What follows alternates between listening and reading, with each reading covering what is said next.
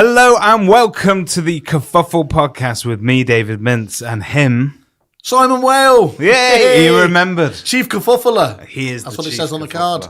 He is indeed. Welcome everybody. Hello. This is our sort of interim podcast. It's the limbo. It's the in-between one. Why are we in limbo? Do you want to tell the listeners?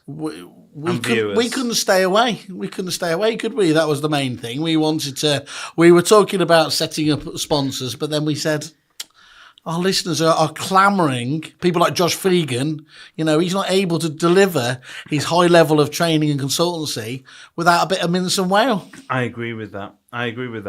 And that's why we're here to deliver on that promise to our listeners. We have not given up on our sponsorship dreams. No. We're mid-talks. It's going really well. It's very exciting. I'm getting an email address at some point. I'm very excited about that. Well, that's the golden ticket, of course. That's not something you ignore anymore, is it, these days, an email? What, a kerfuffle email? Oh, you meant you were getting the kerfuffle email, yeah. Circuit.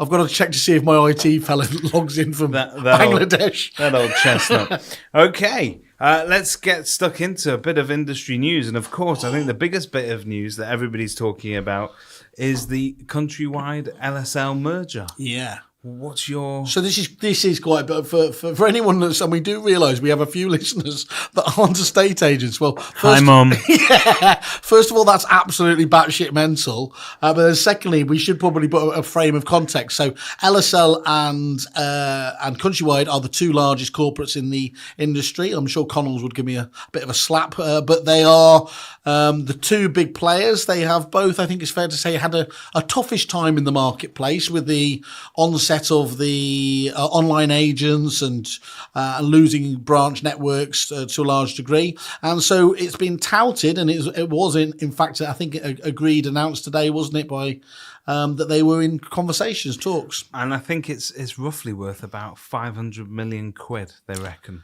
That sounds about the amount that I invested in them at £1.60. Those shares are still worth on the back every of penny of that. That was on the back of an inside bet as well. Inside tip said these shares are going north. Get on them, and they're down to, is it 1 or 2p now? I don't know. I'm not asking you to feel sad for me. And was that sort of look sad, or was it just pity? It was pity. It was mostly pity. But I do share. I do have some empathy. But what's interesting is that I think out of the two, LSL are seen as being, I think, the stronger of the two, and that Countrywide have had a bit of a hammering this year, particularly. I put out a bit of a survey just to find out how people felt about, this morning on the back of a news story. And quite a few people came back and said that actually in LSL there's some really good qualities. First of all, some really good people, whereas I think it's fair to say, Countrywide have obviously lost a lot over the years. And the training and development is still in areas within LSL is very good. So if it depends, and they haven't framed it yet, have they? But I understand isn't it more of an LSL takeover than a... I think so. It's got to be one or the other, isn't it? I think that's going to be the stronger of the two. But it's interesting, if you read the comments on the property industry... We always advise. Which is where we take all our quality news from. It is. That and YouTube comments. The first pig at the trough, and I don't mean that in any particularly disparaging way, was Mr. Chris Watkin. And... he points out that LSL took over hundreds of branches of Halifax estate agents back in 2009. So they do have massive experience in this. And LSL made quite a few redundancies in the workforce, him being one of them, which at the time was awful. But 11 years on, he's never been more thankful. Of course, sliding doors moments, isn't it? And we know that he is a massive fan of this podcast, We do. Hi, Chris. Hi, Chris, yeah. I don't believe he listens to it. I just think he's a fan. He's a fan because he doesn't listen to it. Yeah. As long as we give him a tag every now and again, he's happy. So that'll be interesting to see what happens, because, first of all, whether they'll be able to get it through, I don't know. I suppose they're not going to break any competition clauses. I can see that size, are they now? But fascinating to see what goes on there. It would certainly create a big monster. And of course, last year you had Belvoir and Martin & Co, of course, doing a little bit of a dance around each other, and that's been touted for some time. The franchise, obviously, business is doing particularly well. And actually, on that point, need to say congratulations to Gareth Samples, who's just been appointed head honcho there, take over from Ian, I believe. over the course of the next few months. And so I think that's everyone who knows Gareth, he was actually ex-LSL, senior managing director, and then Brief Your Market as well. So he's a fantastic guy, and I think that's a really good appointment. So don't let us down, Gareth. Now He's still returning your calls. He right? is. He's got the whale bounce. Okay. That's wrong. No. Okay. Right, I've got to take another piece of news because I think this is extremely pertinent. We are sharing a very small room at the moment. Do you want to explain why it's only us, by the way? Is that because normally we haven't run out of money. Yeah, we haven't run out of guests or listeners or planning. But we basically thought it was important to keep consistency and we thought it was important for us to keep talking. Yeah. Because this is unscripted. We never practice, do we? No, that's been pointed out a lot, by the way. Yeah. And there's still people that remember that night.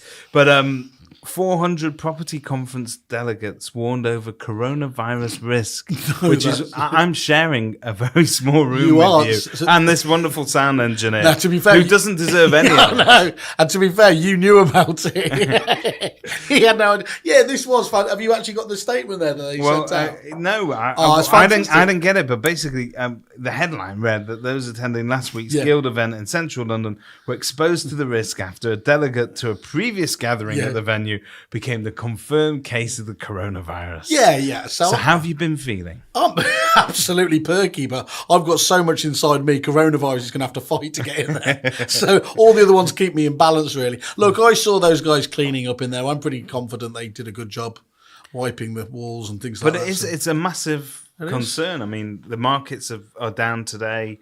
The Dow Jones index. Yeah, sort of taking it. I was on a noticeably more empty plane the other day when I was off to just popped over to Spain and again. I just popped over to Spain. Somebody, it's not that gauche, is it?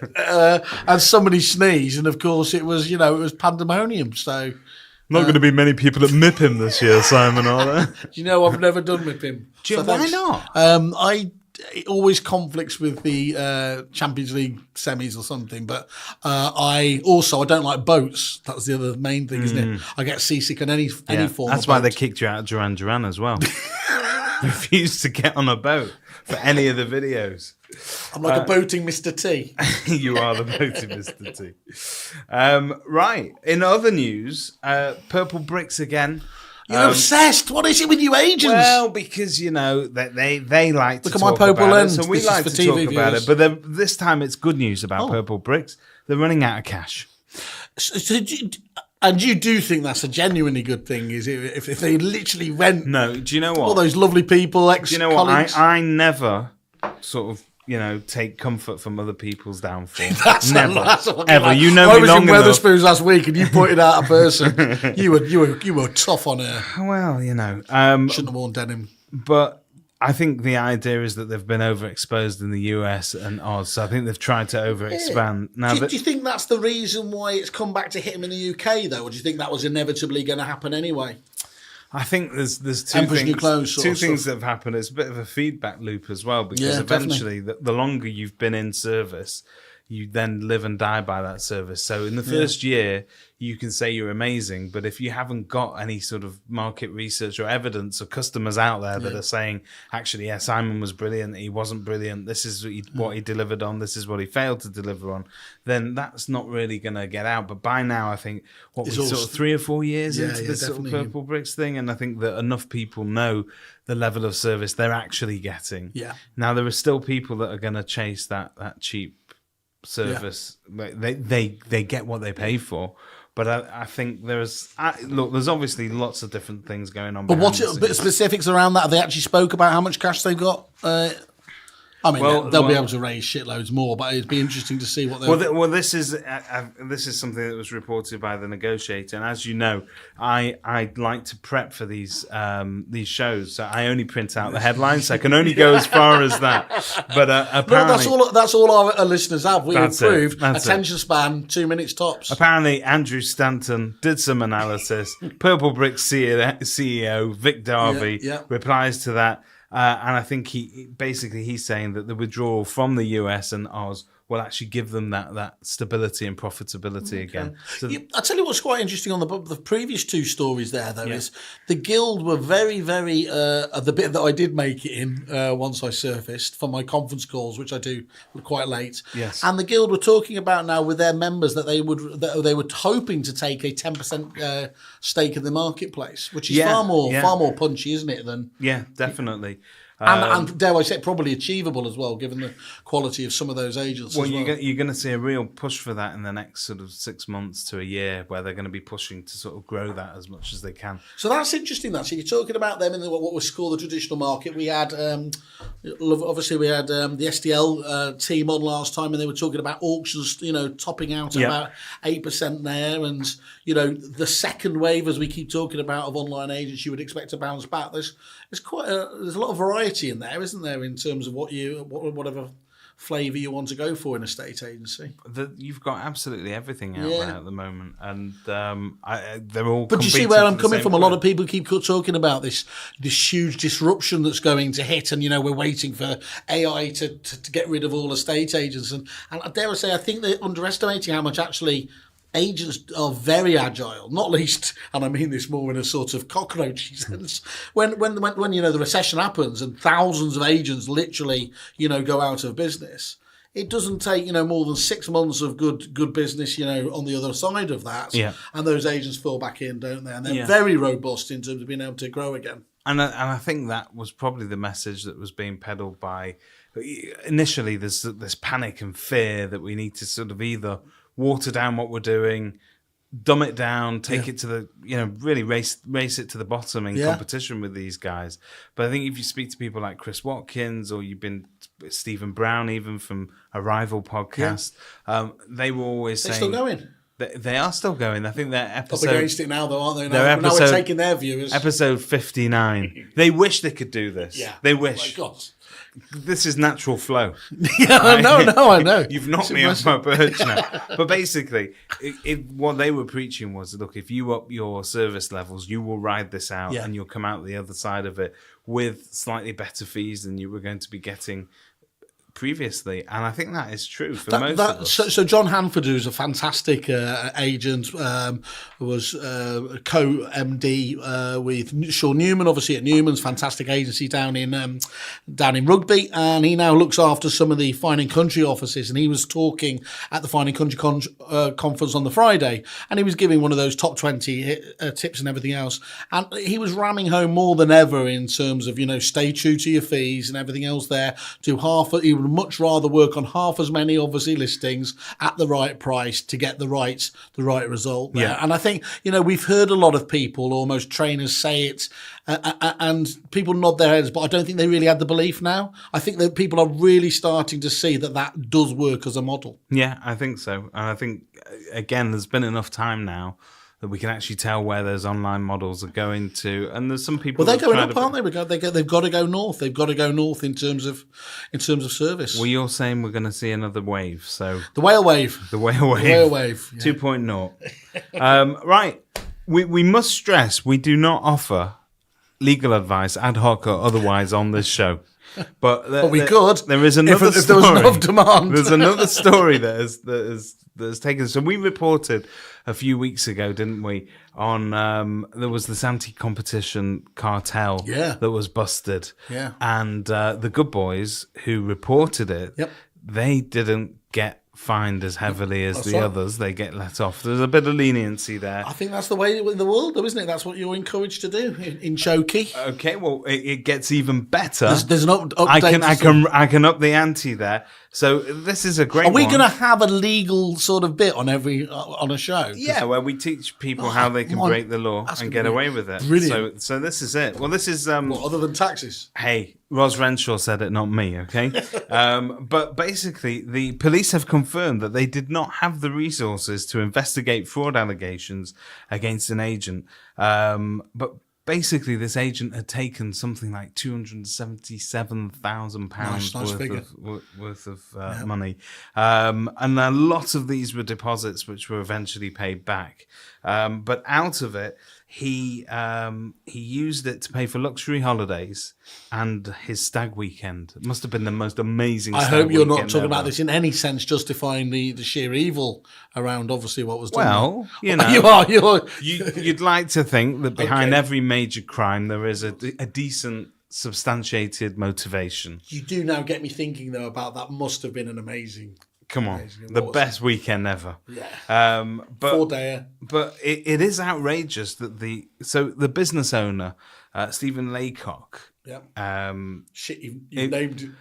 Yeah, bit of an unfortunate name as well. But basically, I'm too old to giggle at that. He was out of pocket altogether after fighting this for about $277,000, and he's had to bring this to private prosecution because even though the vast sums of money we're talking about, the police didn't have the resources to investigate it.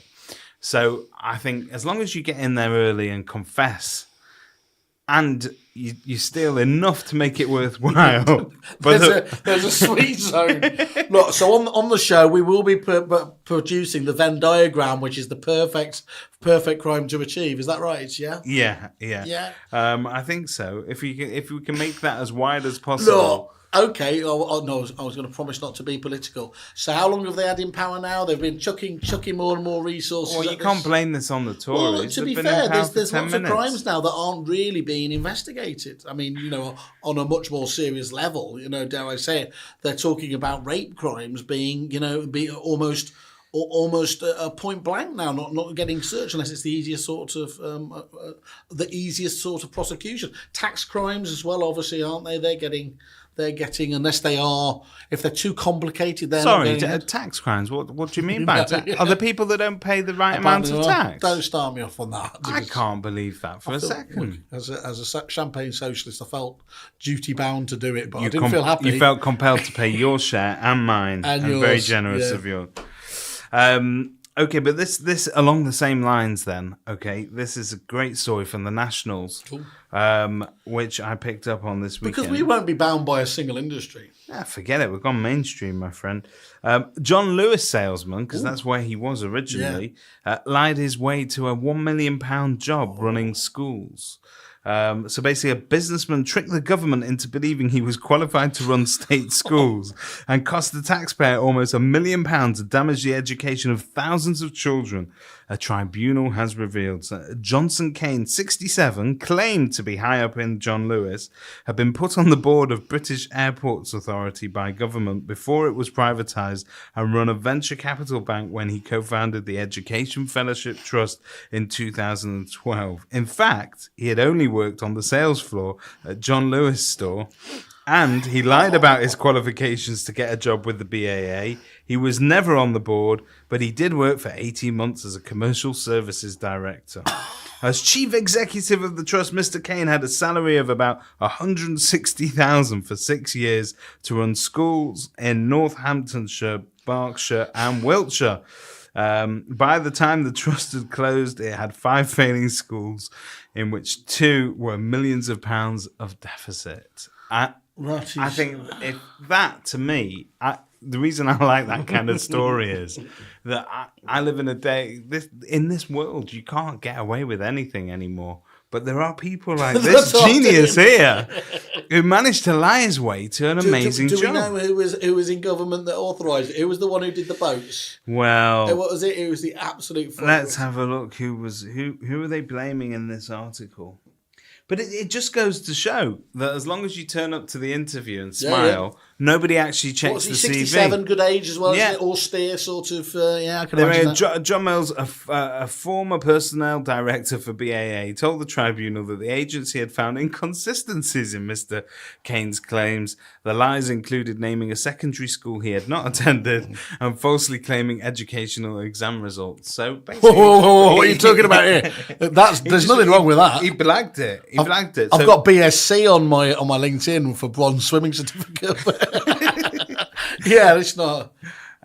Which you know what that is? Did you say it was John Lewis? Yeah, he was at John Lewis. John Lewis is the most trusting brand around, isn't he? You could see that on there, and you'd think this person wouldn't lie to you. Well, there you go. I've got another one that you might like from the Nationals.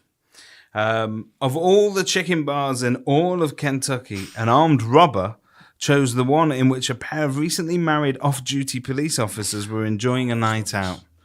What's the chances of that happening? Did he get blown away? But why would you rob a joint like that? What, if you were hungry? You know what it's like when you get the 11 o'clock munchies. If they would say to me, look, somebody has knocked over a KFC and I needed to guess who it was, I reckon you'd be at least one of those people. When KFC ran out of chicken, the country almost revolted entirely. So I don't think you can understand the place in our hearts. That was in this country though, was it? I believe that's in America. Because you see, if you're taking your chance in that sort of one in America, I mean, I just don't understand why anyone would obviously, do a hold up anyway. But to do it in America, where you're going to get gunned down, is a bit crazy. Okay, we mentioned this one earlier. Steven Spielberg's daughter has followed her father into filmmaking, cinematography in the film business. However, she's gone into a very different end of the industry. Really? Is it prim proper or? She's making and starring in pornographic productions. Which is fine. I mean, if you want to, if you have to, if you can. She's 23. And I think she's gone on to fulfill all her father's dreams and wishes. Just goes to show, sometimes kids do join that family. What, you reckon that she had to use her father's name to do? My dad did Jurassic Park. Do you know who I am? Jurassic Park. Okay. Okay, this is probably more industry relevant, actually, bringing it back down to... that's it. We lost the wider listeners. Headlines of The Guardian, which most of us... Do you like The Guardian? You do like a bit of lefty news, don't you? So, revealed the areas in Britain with one Airbnb for every 4 homes. Ooh. So, basically, we talked about Airbnb last time, how it's squeezing... The private rental sector as well. But short-term lets are out of control in some cities. And can you give me a clue, or is it obvious? One of them, the highest incidence was Edinburgh Old Town. With 29 active listings for every 100 homes. I can imagine that, yeah. That's crazy. Do you think that's a dynamic of like I'm not being funny, but it's obviously the comedy festival, but also the arts festival, and that's just exploded into an Airbnb hotbed, hasn't it? I think it's anywhere you've got. So there are those. You travel quite a bit, don't you? Yes, I do. I've just Spain sometimes. I've just been to Spain. Monmouth next week. Mipham. But there are some of those towns those cities that are always very expensive for hotels. So Amsterdam's one of them, and small capacity as well, isn't it? And so I think, and they suffer from this kind of over tourism, don't they? Because it's all pitched towards the tourists. And I think that if you are a landlord and you're looking to rent your property out, and if you can get that much more out of it by going with an Airbnb model, then yes, you might have to provide clean sheets and a towel every now and again. But other than that, you're getting an amazing return. So I think they're chasing that sort of money. Where does the legislation take over, though? Obviously, and in terms of it stops being essentially an Airbnb holiday let and starts becoming a short-term let. I mean, isn't this the whole grey area? This is the grey area, and isn't it at that point then an actual competitor to a state agency or lettings agency? So the area where they assume it's going to be a competitor to it is the hotel industry. Yeah. And in actual fact, if you were to look at, and it's interesting because I read another article about this, but you're well read, aren't you? Yeah. Do you know what? I got 2 hours of peace and quiet in my house on Sunday. Toilet time, treasure. Yeah, that was it. Daddy time. But they reckon that there are certain industries which are now, through their own success, becoming like the very industry they wanted to take over. So a great example of that is Uber.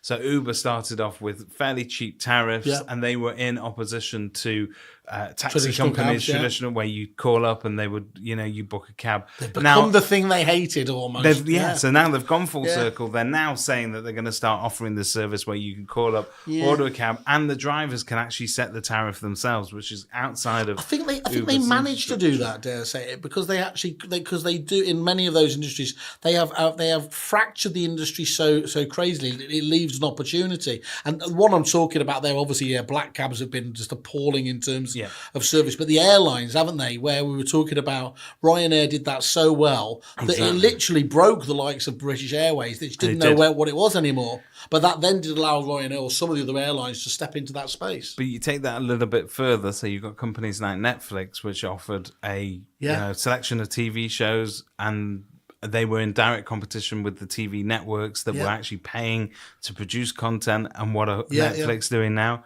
They're actually making their own content. Yeah. So they become the very thing that they're looking to get away from. So I was thinking about this about Netflix earlier. Do you think, I just find it hard to believe they will continue with that level of investment? And I'm sure someone in their model says, you will have to, we have to invest a load now, but at a point in time, we'll be able to live off our content. And again, then what you're saying is they've become a bit like the old broadcast companies that of old anyway, haven't they? Yeah. Once they've seen off the competition. That's it. And I think you're seeing that as well with Amazon following suit on that. So they've all got their own individual sort of networks and very, very pertinent.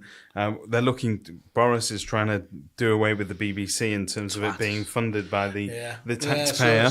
But if they do away with the license they've already got the Britflix ones just come out. Is that must be some BBC partnership? I think so. That's some sort of an effort to get one foot in the grave, basically. It's an effort to get people to watch British. Yeah. Well, now that we're nothing. Yeah. I'm not sure. Remember us. We used to be relevant, but not anymore. I'm not sure that's going to work. But you've got that again now with the hotel industry and Airbnb. So that, if you're running a rental property as a hotel, you are now in direct competition with those hotels. Your rates start to creep up, and at some point, there is no difference between you and a hotel. So it's an interesting model to watch. And developers have been really stealing ideas, haven't they, from the top hotels in terms of, there's an arms race going on about what facilities they can put in there. A bit like with commercial properties and WeWork, we've got a bar, we've got a pool table, we've got dry cleaning and all that sort of stuff there. Yeah. But all of this is literally on a spectrum, isn't it, in terms of service and expectation and of course, price is thrown in there. So, yeah. Well, we've done that. That's it, though. We've solved that. Okay. Are we now futurologists? We are. We're now going to do a new segment. Well, that wasn't very long as a futurologist. Know what? I'm going to take any other predictions to make. You never realise how quick it's gone. Any other predictions to make? Okay. All right. I've got one. This is a new one, right? But I thought, because whilst I was reading this fantastic newspaper, I came across a traditional agony aunt column. Oh, okay. And when I used to like a bit of was it Raina? You know what? When I ponder the finer things in life and philosophical conundrums, I always come down to one point, and that's what would Whaley do? Yeah. So we're going to ask Whaley, what would you do? So I'm going to give you like what would Jesus do, but the opposite. Completely, right? Okay. So I'm going to ask you that question. You're going to give the advice, and I'm going to compare it to how the actual agony ants did it, okay? I'm going to speak in the first person, but it's not me. Definitely is. I'm asking for a friend. I have to admonish a colleague for watching pornography at work. It is just a warning at this stage, but it was flagged by our HR team, and I recently became his line manager. He hasn't done it a lot, but once is too much, and frankly, it's odd behaviour, although the boundaries about this stuff seem to be blurring. He is also 20 years older than me, so I feel even more awkward. Any advice? Yeah, who are you to say what's ordinary? And first of all, the numbers. There's a lot in there, isn't it? There's so much in there. There's so much more that needs to say a comeback is not the right phrase, but you've got to dig a little bit further. What's all that sort of nonsense? The end, he's 20 years older as well, which shows there's a sort of. Am I reading too much into that? I'm assuming it doesn't say this actually. I'm assuming that she is a she, the person that's written. Well, we don't judge anyway, so we don't know, but we take whatever we can. But he's old. Have you ever done this at work? Really, what? Getting that out of me, so to speak. Again, this is no. I mean, of course not. I mean, I do have I have quite a Mediterranean view on stuff that he's healthy and he shouldn't keep it. A Mediterranean view. Look, there's villages in Italy that live to 100, and I'm pretty well informed that it's because they don't bottle it up. It's this, it's stress. Fantastic. So, what is your advice? My advice? Well, how should I handle it? Stop monitoring him. Did you say how we call? So you have this laissez-faire attitude to watching pornography. Look, as long as normal health and hygiene. What's normal pornography these days? Well, that's blurred around the edges. Was the actual phrase there, wasn't it? I think which makes it sound like a spy dish sort of thing, isn't it? What's that? Is that one of those? So your answer is very, very different to the agony. I'm surprised by that. Yeah. How do we differ? Where do we deviate? You show some comprehension of this behaviour, normalising across society, but boundaries really do need to be laid down. And in this case, by you, even as others blur and slide. What may help you as you broach this conversation is to forget why he was watching it, or any state of arousal he may have been in, but instead to imagine if another colleague had witnessed it and the duty of care you would have to them. Look, nobody's going to stop me watching porn if they've sent out a GDPR compliance email. I mean, that's just naturally going to happen, isn't it? So, look, I feel sorry for the fella. Tell him there's always a job at Kerfuffle. He doesn't even. We don't even have doors on the toilets, mate. We need them an interview. Okay, well that brings us to the end of Ask Whaley. No, that's perfect. I see that. I think 9 times out of 10, Whaley's advice is always going to beat the agony out. I do think we've got potential here, though. So yeah, so we just say, listeners, if you want us to treat your issues and problems with that same level of decorum, please write into podcast@kerfuffle.it. And they don't need to be pornography related. No, of course not. Although that, of course, is. But do put some more context around it. That was far too loose. We need magazine page number. No more loose pornography, please. Thank you. In other news, and again, this is from the Nationals this time, and this is something we don't really pick up on the industry on a sort of micro level, but they reckon that families, because of the rising property prices, and because of everything else, they're taking out what they call high-risk marathon mortgages. So they're having to go for longer in order to get these mortgages. Is this the so-called, like the Japanese mortgage, the 50-year mortgage? Is it over a long We're not period quite of time? there yet, but the majority of mortgages now are sort of 30 years typically. I don't think that's for me. That feels like lower risk. I mean, it's still a bigger commitment, isn't it, per se overall? But actually, over a time period like that, when you're likely to be in there, it doesn't feel riskier to me. Well, they reckon if the mortgages last for longer than 25 years, the likelihood is it's going to take you beyond 66, which typically speaking is when people are going to stop earning that kind of money. Mate, get rid of that. Did you see in the papers this week? Go on. This is the best ever. A Conservative lord mooted the point that to be able to gain your pension, pensioners might be asked to work, which sends you into a tailspin of, hang on, isn't that the whole fucking point? You worked your whole life to retire to say, do you think we can get a bit more out of them? Squeeze a little bit more. And what I like is, though, nobody noticed. Boris is God knows where. He's in the fridge They just somewhere. slipped it in. But that's a real risk. Actually, I found that when you apply for a mortgage, generally speaking, because they money is quite cheap at the moment. Yes, it is. So they're talking interest rates are likely to stay low for a long time to come. Yeah. And whilst the banks are looking to try and shovel that money out the door, they need to justify it. So the measures to pass for a mortgage have obviously increased. People are actually, back in 2007, you would get a mortgage if you had a heartbeat and a passport and you knew how to walk to a bank. Yeah. If you had those three things, you would get it. Only some of them had a heartbeat. Back to start. But basically, if you had all of that, they were giving away free money and they were giving high-risk mortgages. But now the criteria is meant to be stress-tested better, and it's meant. But they're stretching. I'd be far more worried though about the old. It was the North East Bank that blew it up for everyone. Northern Rock. The Northern Rock 125% mortgages. That's where the risk factor comes in. Surely, I don't mind as long as it's done on actual actual serious metrics, and you're getting that part of it right, I don't see an issue with it. I will never be able to get the image of all those pensioners stood outside Northern Rock in a queue trying to get the money out on that day. Probably that how was Greg scary. started. Anyone fancy a pasty? There's a business in Can't that. afford that. Okay, there's a great website for you though. So last week we reported on that website that were doing, I think they were called dayuse.com. They were doing hotels by the hour. Again, fall into that weird sort of amalgam of sort of, whether it's home rentals, Airbnb, or romantic micro stays is how they were advertising it.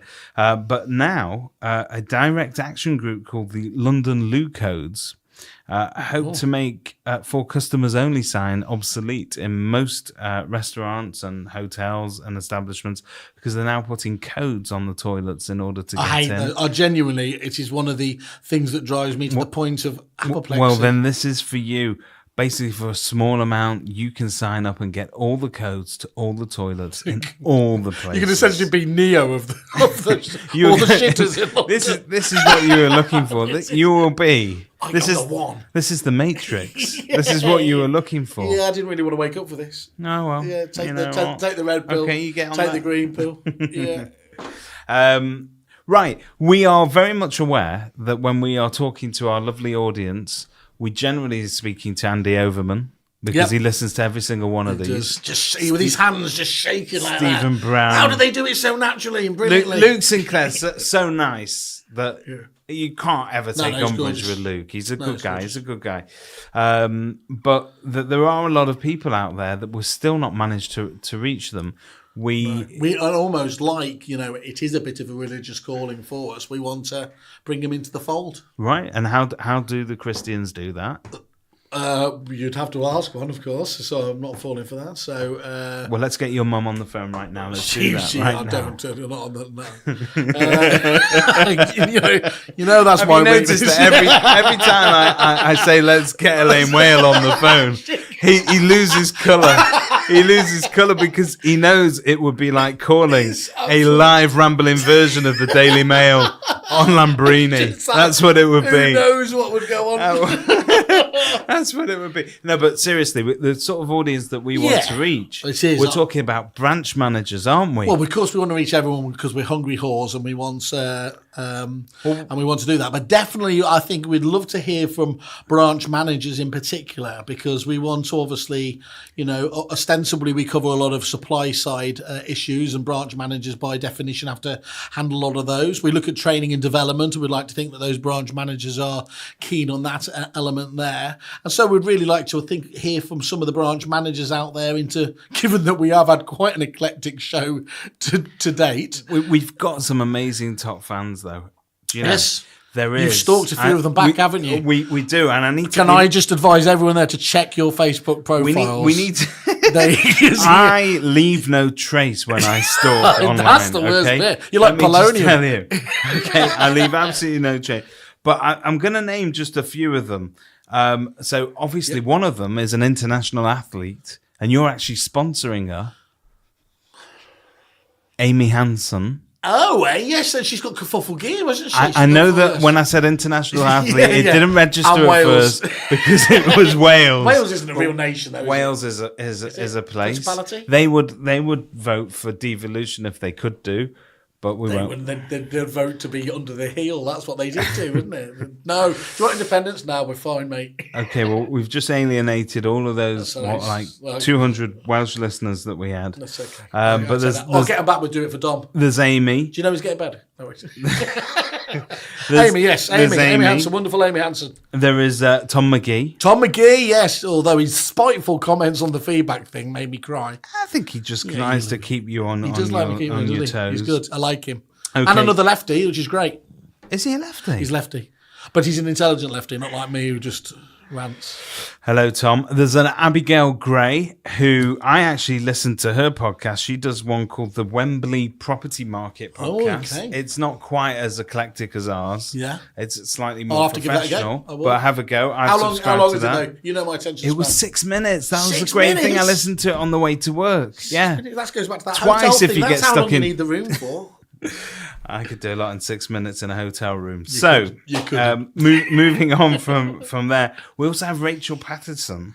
Yes, so this is And I believe she's at Ryder and Dutton. Ryder and Dutton, yeah. So we've got all of these sort of fans that we know of because you follow us on all the different platforms, YouTube. And what do we want? Do we want Twitter. a killer group to advise us? See, what I would like, I'd like to know what it is like to be an average branch manager these days. What goes on a day in the life? So really, we're looking for completely anonymous inside scoop. So not an expose. We're not looking to. You don't have to dob your bosses in, but obviously, as we've stated, if you do dob them in, you basically get off scot-free. Yeah. But we do know that a lot of these people, especially in sort of provincial outlying towns, don't normally Way to insult them. Yeah, well, sorry guys, I'm from a provincial town. What do you want? It doesn't get more provincial than Prestwich, does it? London, I've only been there once. Birmingham, Everything was shut at 10:30. It was quite scary.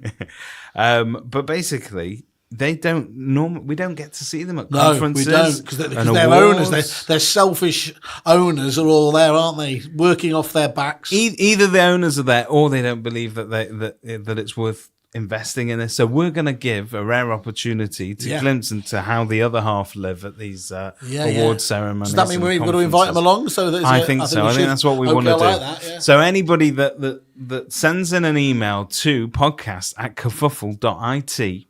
Not everyone just who sends an email. That's far too easy.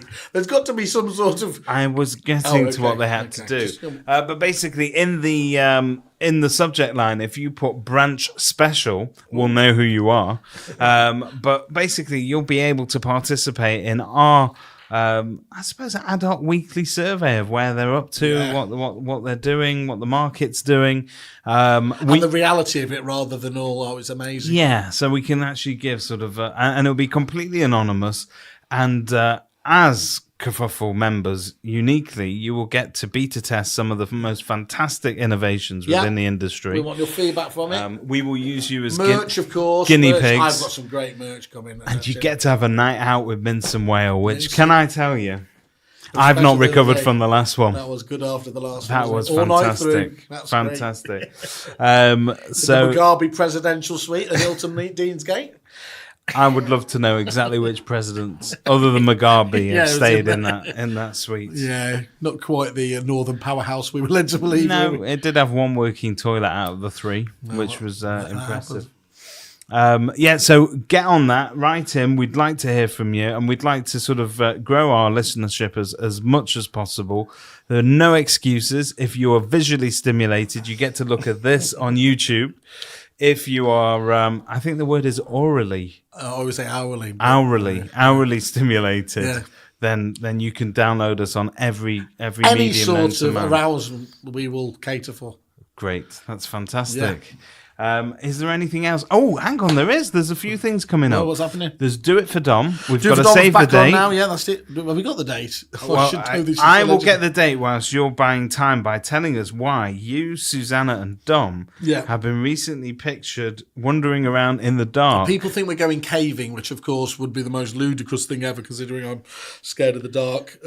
Confined spaces. Are you scared of dark? I'm scared of pretty much anything. Once it becomes a threat to me, that's why the whole big market in Newcastle is off limits to me. So I can't do that. But no, we're doing it's a sunrise walk in the Peak District. We get up very early in the morning to walk up I think it's a softish slope. It better be anyway, because I can't really do it. As long as Simon's walking behind you, you'll have something soft to fall on if you do slip. Safety there. So we'll be doing that. That'll be with, again, probably about 100, 150 of the industry's best. It's all become a bit of a great thing now. And then on the night, which of course is the reason I go along, it's a fantastic dinner stroke booze up. And it's gone from strength to strength. It has, yeah. It's raised a tremendous amount. Okay. Got to say as well that Dom, just to give a bit of an update, Dom has actually had the first bits of course of treatment from a new experiment to one, which he's responding very well to at the moment. So fantastic. That's early days, but looking good. So every penny raised goes to. I wouldn't say every penny. Most of the pennies raised. Most pennies. Some of the pennies. Almost all pennies. Some of the pennies will reach their rightful many. moment. We can't have that sort of. So the save the date is for the 3rd of September 2020. So we will see Get you. that in. Anyone drop a line in, we'll happily give you details and hand you over to an administrator who knows what they're talking about. Fantastic. I'm more amused for this whole thing.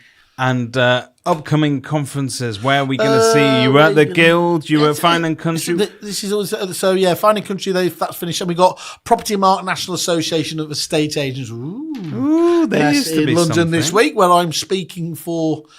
They'll try and keep it down to 10 minutes, but we know how that works. I get when you appeared at Sanjfest 3. Yeah. And the 3 stood for 3 minutes, I think. Yeah. In the end.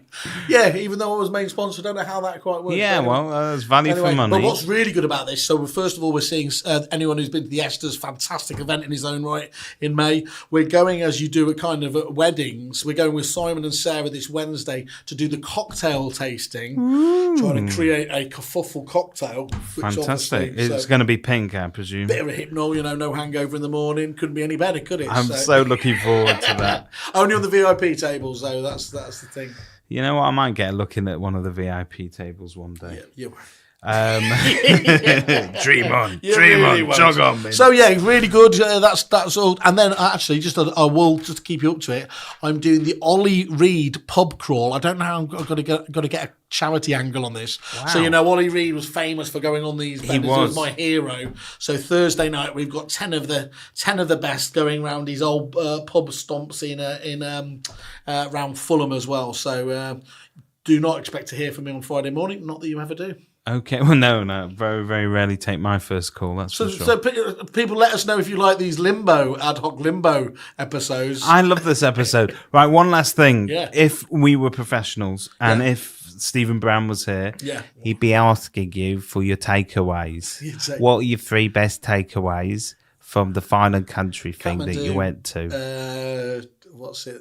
The Fat Buddha. Oh, we're talking about proper takeaways. You took me to the Fat Buddha once. It ain't all it's cracked up to be. John, you should have talked me through this because, of course, I actually don't know anything about the actual business. But the John Hanford had a really good point here in terms of, although he works very hard in terms of, obviously, on his all agents reviews. Does anyone actually believe they go to all agents to look for an agent? No. And he's making that point. You've got to look at the whole spread of obviously where you are. You could be a hero on Facebook, a villain on Google. But just because you may focus on one doesn't mean your clients and indeed the wider audiences. So somehow you've got to get together, look at those on the whole to make sure you spread the love around, as it were. And talking of which, you're now on Instagram as well. Did Welcome. You see that? Yes, it is. I did see that. I've been on it, and what I still don't really understand is Trisha with pictures. Okay, so Instagram, for anybody that doesn't know, is for people that consider themselves influencers. So it's a lot of women that go to the gym. And, big shout. That's a big. Hi, Amy. Hello again. Hi, how you doing? My wife is on there. Okay. She has a thing for vinyl, so she collects vinyl, and she gets sent vinyl from all sorts of people from all over the world. This isn't a code word. Vinyl. No, this is vinyl. actually like records. Okay. Yeah. Okay. Mrs. Mintz, just write in just to confirm. But you are an influencer in real life, so I think if we can get you onto Instagram, isn't it very visual? That's why I steer away from it.